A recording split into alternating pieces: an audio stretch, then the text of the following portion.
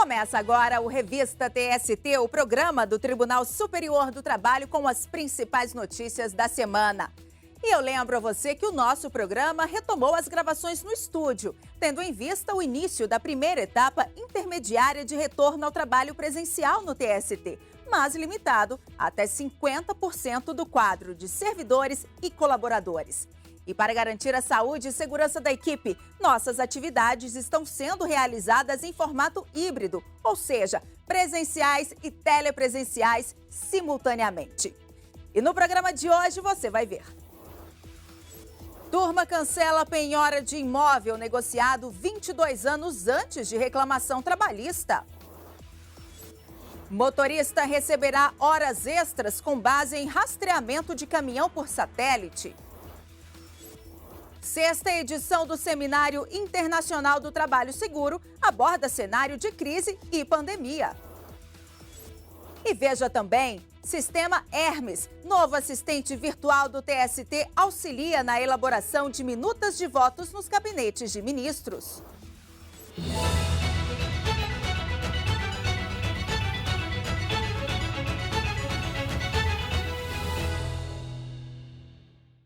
E a gente começa o Revista TST de hoje trazendo um caso de destaque julgado ao longo da semana no Tribunal Superior do Trabalho. Acompanhe agora na reportagem.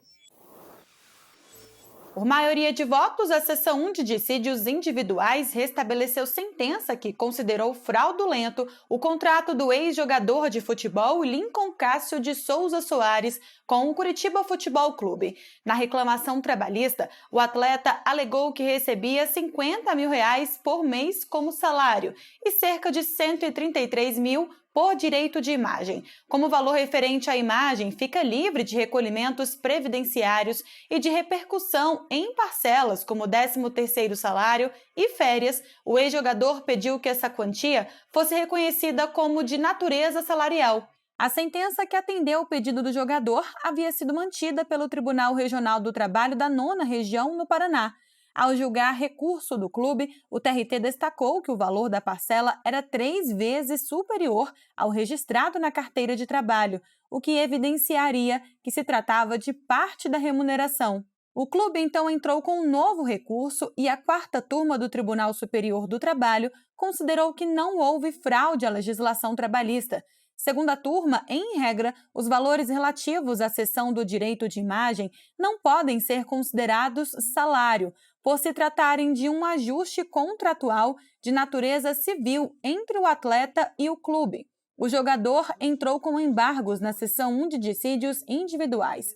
O relator, ministro Lélio Bentes Corrêa, observou que prevalece no TST o entendimento de que os valores recebidos a título de direito de imagem não têm natureza jurídica salarial.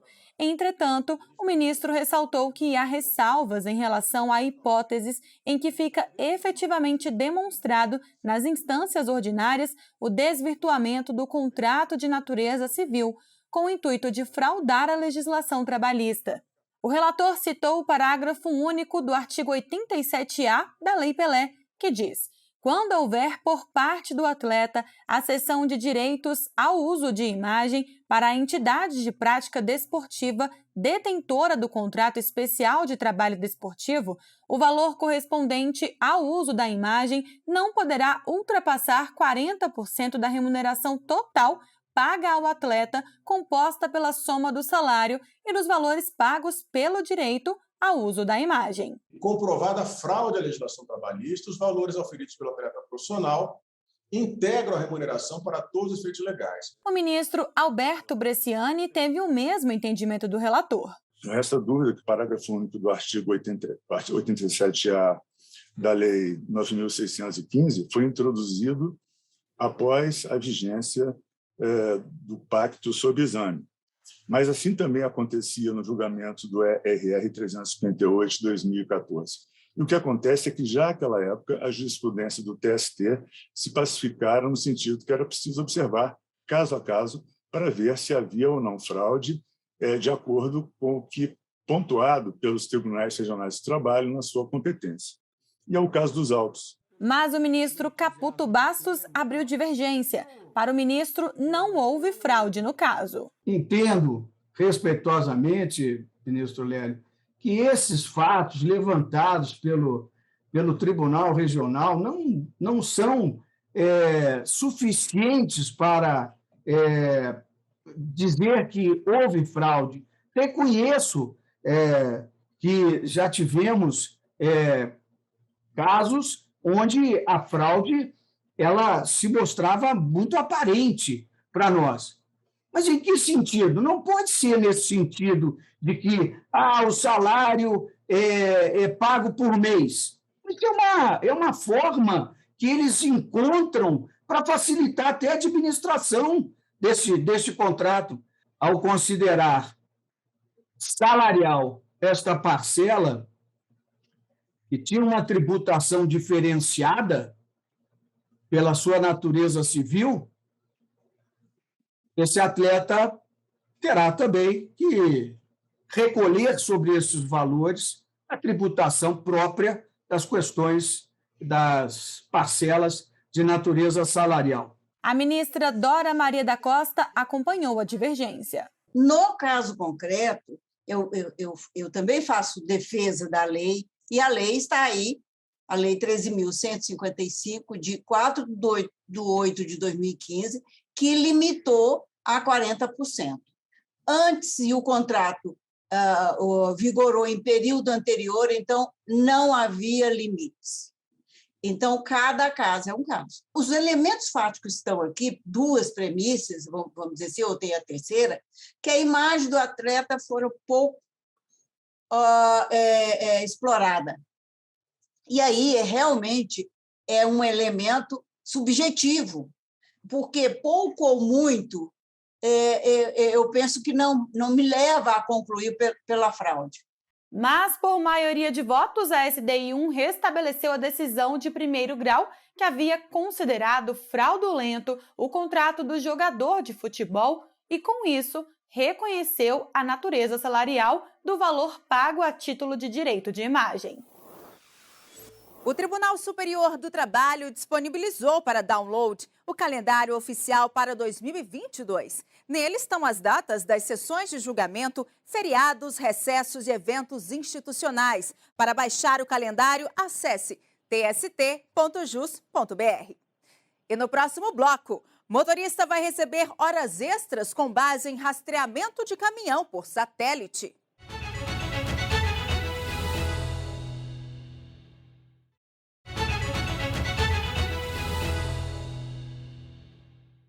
Estamos de volta e vamos fazer um giro pelas turmas do TST e conferir alguns casos de destaque.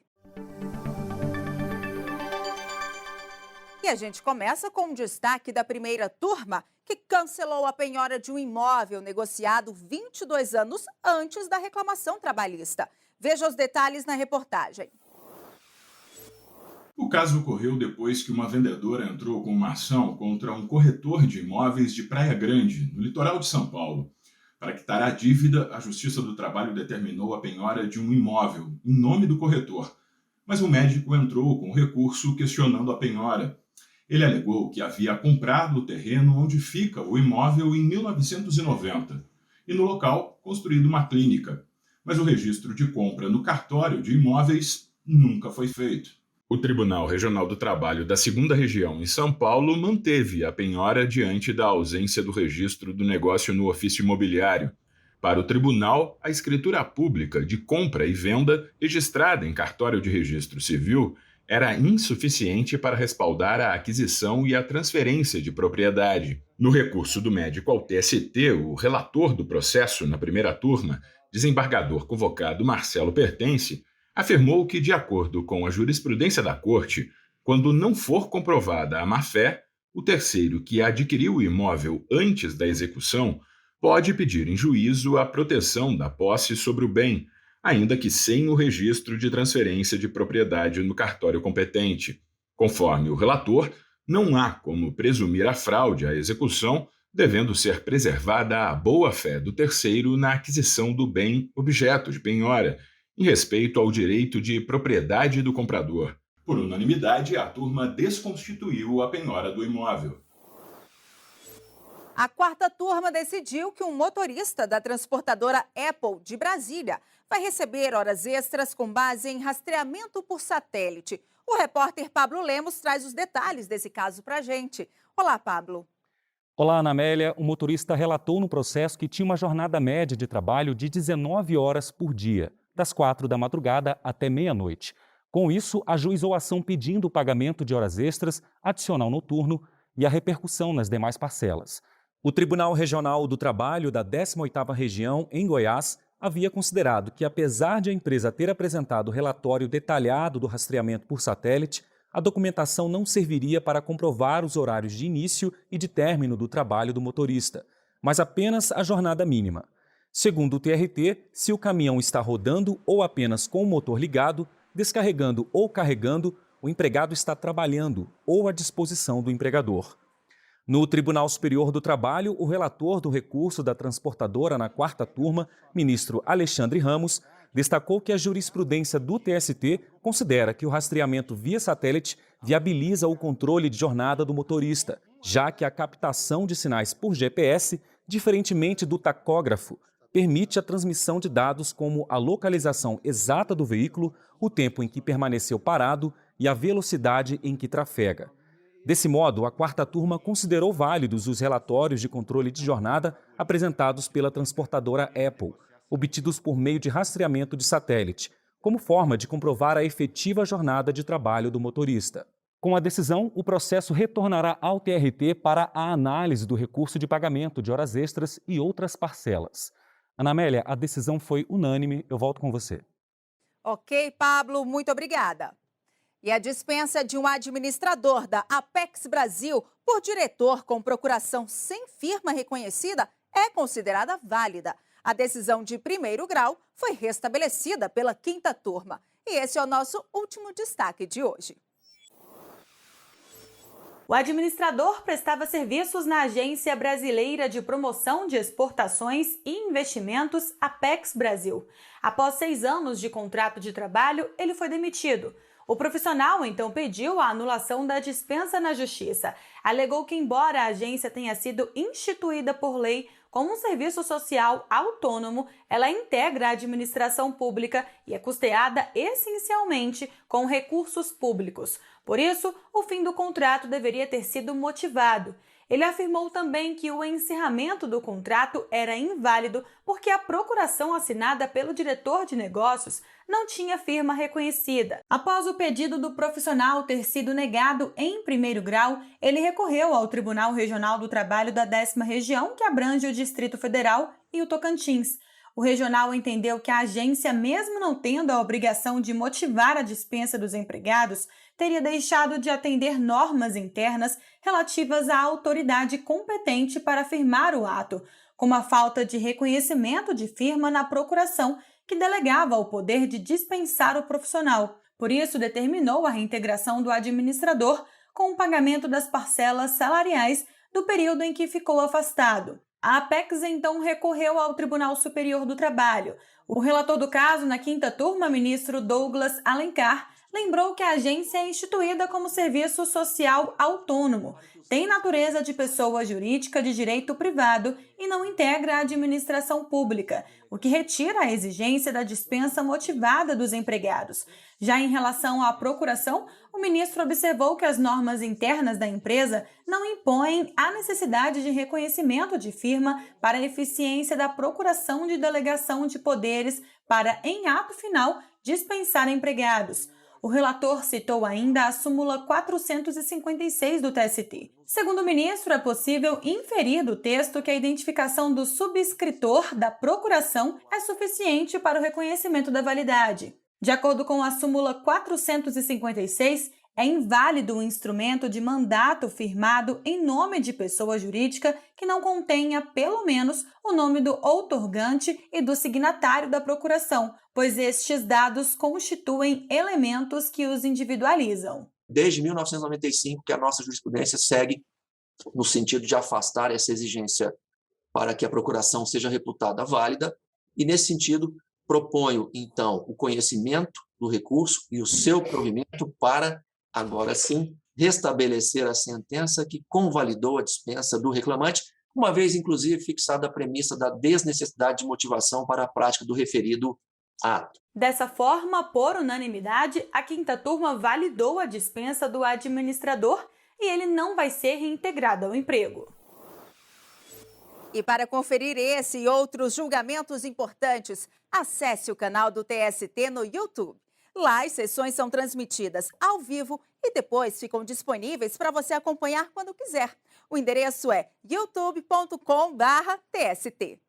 E no próximo bloco, os destaques da 6ª edição do Seminário Internacional do Programa Trabalho Seguro.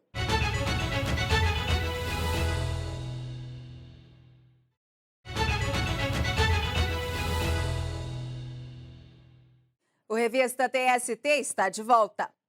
O Tribunal Superior do Trabalho e o Conselho Superior da Justiça do Trabalho promoveram a 6ª edição do Seminário Internacional do Programa Trabalho Seguro. Este ano, o evento teve como tema a construção do trabalho seguro em tempos de crise. A presidente do TST e do CSJT, ministra Maria Cristina Peduzzi, abriu o seminário destacando a necessidade de um olhar mais apurado para a manutenção de um ambiente de trabalho seguro. Ela também reforçou que a Constituição da República e a Consolidação das Leis do Trabalho, a CLT, possuem dispositivos que garantem a saúde e a segurança do trabalhador. Na busca pela preservação dos postos de trabalho e do exercício pleno da livre iniciativa, bases da democracia e do constitucionalismo brasileiros, empregadores, empregados, governantes buscaram soluções para ajustar a forma de realização do trabalho com a redução da contaminação e com foco para a prevenção de adoecimento e mortes pela Covid-19. Para cumprir os mandamentos constitucionais e legais, os esforços foram incansáveis na adequação dos modos de trabalhar aos novos tempos de crise sanitária. Muitos foram os aprendizados colhidos e aperfeiçoados desde o início da pandemia. A gestora nacional do Programa Trabalho Seguro, ministra Adelaide Miranda Arantes, lembrou que em 2020, primeiro ano da pandemia de Covid-19, o número de concessões de auxílio-doença e de aposentadoria por invalidez pelo INSS aumentou 20,6% em comparação com 2019. A ministra afirmou que a prevenção de acidentes e de doenças ocupacionais é o melhor caminho para evitar danos aos trabalhadores, aos empregadores e ao Estado. Todos, segundo ela, devem trabalhar juntos pela saúde física e mental. O protagonismo deve ser a prevenção em suas mais diversas formas. Promover a conscientização de empregadores, trabalhadores, instituições e da sociedade do mundo do trabalho, a fim de que seja assegurado o meio ambiente do trabalho seguro, que é o direito fundamental da pessoa humana trabalhadora, visando proteger a saúde e a vida. O evento online contou com a participação dos ministros do TST, Evandro Valadão, Maurício Godinho Delgado, Agra Belmonte, Augusto César e Maria Helena Malman. A vice-presidente do Supremo Tribunal Federal, ministra Rosa Weber, e renomados especialistas também fizeram parte dos debates. Na conferência de abertura, o professor catedrático de Direito do Trabalho e Seguridade Social da Universidade da República do Uruguai, Hugo Barreto Guioni, discorreu sobre o tema Acidentes de Trabalho e Doenças Ocupacionais e o direito à saúde e à seguridade no trabalho. O direito à saúde e à segurança no trabalho é direito fundante del derecho del trabajo, pero no ha sido tan estudiado como otras manifestaciones de la tutela laboral.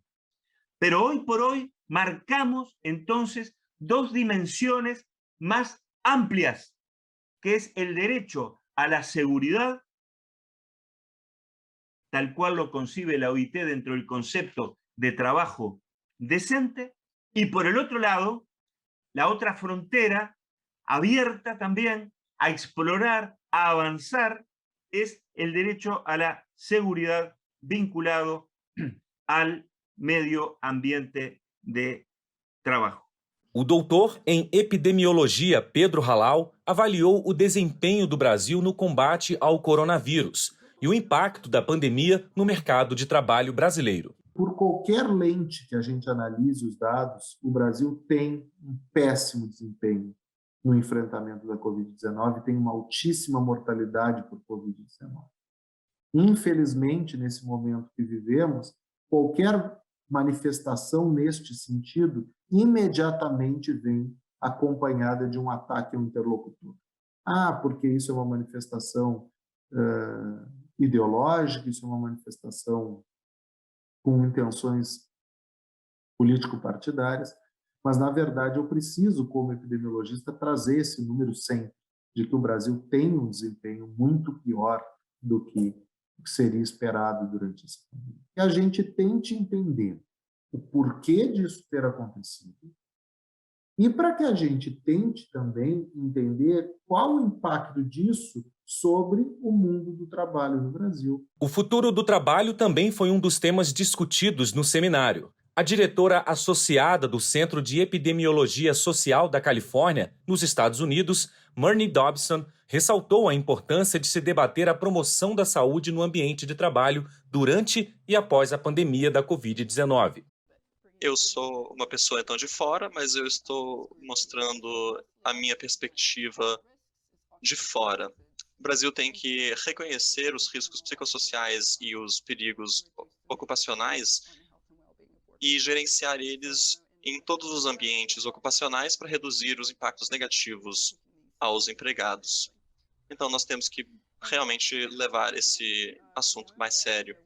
Os painéis do 6º Seminário Internacional do Programa Trabalho Seguro foram gravados e estão disponíveis no canal oficial do TST no YouTube. E vem aí mais uma inovação do TST. É o lançamento do Sistema Hermes. O assistente virtual auxilia na elaboração de minuta de votos nos gabinetes de ministros. A nova funcionalidade vai trazer mais agilidade e simplicidade aos processos de trabalho, além de reunir em um só lugar todos os recursos necessários para a elaboração de minuta de votos. O lançamento do Sistema Hermes ocorreu de forma online, com transmissão pelo canal oficial do TST no YouTube. Logo na abertura do webinário, a presidente do TST e do CSJT, ministra Maria Cristina Peduzzi, explicou que o programa recebeu esse nome em referência ao deus da mitologia grega, prometendo mais velocidade, inteligência e inovação. De acordo com a presidente, havia necessidade de um instrumento mais ágil e compatível com as necessidades da Corte Trabalhista, que conta hoje com mais de 500 mil de processos no acervo. O Hermes é integrado ao gabinete eletrônico e permitirá a criação de um banco de modelos para cada questão jurídica versada no recurso, otimizando o trabalho de estruturação das minutas. O nosso sistema é sinônimo de velocidade, inteligência e inovação.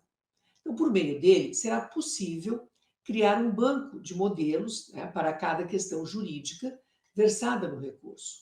Então, o servidor poderá estruturar minutas pré-selecionando questões jurídicas e escolhendo, inclusive, modelos que se adaptem às controvérsias específicas e aos temas dispostos no recurso. O assessor da presidência e coordenador do grupo de negócios do PJE no TST, Fábio Portela, fez uma apresentação detalhada do Sistema Hermes. Ele explicou que o novo assistente virtual, além de auxiliar na elaboração de minutas de votos, irá dinamizar o trabalho desenvolvido nos gabinetes dos ministros do TST, diminui as etapas de trabalho, aumentando a produtividade e dando mais uniformidade às decisões. O assistente de minutas permite redigir o voto de maneira modularizada. O minutante seleciona os temas versados no recurso e escolhe para cada tema o modelo mais apropriado para cada questão. E vamos conferir as notícias que marcaram a semana na Justiça do Trabalho. Olá, Michele, o que você destaca? Olá, Ana Amélia. O Pleno do Tribunal Superior do Trabalho escolheu em votação secreta os nomes dos desembargadores que vão compor a lista tríplice para preenchimento de vaga de ministro destinada à magistratura de carreira. Os nomes escolhidos foram o da desembargadora Morgana Richa, do TRT da 9ª Região no Paraná, e dos desembargadores Sérgio Pinto Martins, do TRT da 2ª Região em São Paulo, e Paulo Regis Machado Botelho, do TRT da 7ª Região no Ceará. A vaga é decorrente do falecimento do ministro Valmir Oliveira da Costa. A lista, com os 3 nomes, segue para apreciação do presidente da República, a quem caberá escolher um deles. Na mesma sessão, o Pleno elegeu os nomes da desembargadora Jane Granzotto, do TRT da 2ª Região em São Paulo, e do juiz Roberto da Silva Fragali Filho, para compor o Conselho Nacional de Justiça no biênio 2021-2023, nas vagas destinadas a magistrados de 2º e 1º graus da Justiça do Trabalho. As indicações devem ser aprovadas pelo plenário do Senado Federal após a sabatina, pela Comissão de Constituição e Justiça.